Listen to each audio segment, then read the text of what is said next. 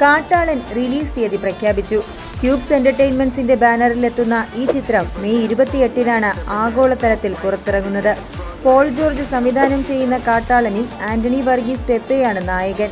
ആനവേട്ടയുടെയും പകയുടെയും പോരാട്ടത്തിന്റെയും കഥ പറയുന്ന ഒരു ഹൈ വോൾട്ടേജ് ആക്ഷൻ ത്രില്ലറാണ് കാട്ടാളൻ എന്നാണ് ഇതുവരെ പുറത്തുവന്ന അപ്ഡേറ്റുകളിൽ നിന്ന് ലഭിക്കുന്ന സൂചന.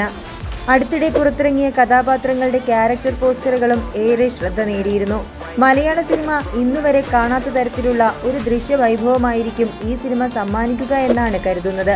സിനിമയുടെ രചന നിർവഹിക്കുന്നത് പോൾ ജോർജ്, ജോബി വർഗീസ്, ജെറോ ജേക്കബ് എന്നിവരാണ്. എഴുത്തുകാരൻ ഉണ്ണിയാറാണ് കാട്ടാളന്റെ സംഭാഷണം ഒരുക്കുന്നത്.